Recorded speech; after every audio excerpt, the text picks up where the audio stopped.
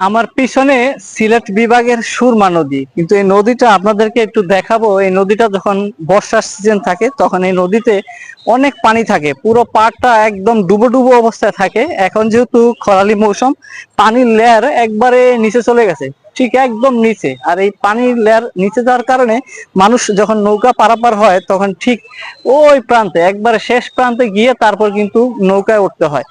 তো এইখানে যখন বর্ষার সিজনে আমরা যখন সিলেট বিভাগে যখন আসছিলাম, তখন দেখছিলাম আমি যেই প্রান্তে দাঁড়িয়ে আছি এইখানে প্রায় 20 থেকে 40 ফিট পানির নিচে এটা ডুবন্ত অবস্থায় থাকতো। আর এখন দেখেন আমি ঠিক একদম নদীর একবারে সুরমা নদীর ঠিক কাছে, একবারে কাছে চলে আসছি। পানির লেয়ারটা একবারে নিচে চলে গেছে।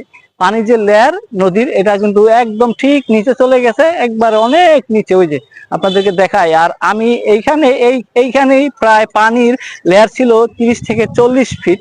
আর দেখেন ওই যে উপর থেকে যদি আপনাদেরকে দেখাই, উপরে যে বাউন্ডারি, ওই বাউন্ডারিটা সুই সুই করতো। বর্ষার সিজনের সময় পানির পরিমাণটা এতটাই বেশি থাকতো এবং নদীরও স্রোত থাকতো। আজকে সেই সুরমা নদী দেখেন খরালির সিজনে পানির পরিমাণটা দেখেন একবারে নিচে চলে গেছে।